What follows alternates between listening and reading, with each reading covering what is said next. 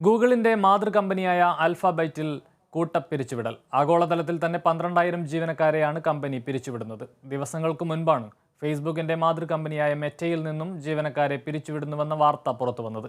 ഇതിന് പിന്നാലെയാണ് ആൽഫബൈറ്റിലും കൂട്ടപ്പിരിച്ചുവിടൽ നടപടി. നിരവധി ടെക് ഭീമന്മാർ ജീവനക്കാരെ പിരിച്ചുവിടുന്നതിന് പിന്നാലെയാണ് ഇപ്പോൾ ആൽഫബറ്റും ജീവനക്കാരെ പിരിച്ചുവിടുന്നത്.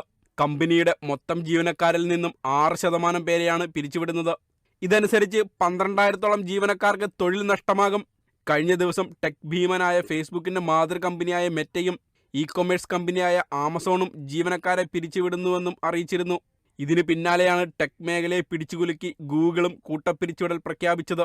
ഇതിനോടകം തന്നെ പിരിച്ചുവിടൽ തീരുമാനം അറിയിച്ചുകൊണ്ട് കമ്പനി ജീവനക്കാർക്ക് ഇമെയിൽ സന്ദേശവും നൽകിയിട്ടുണ്ട്.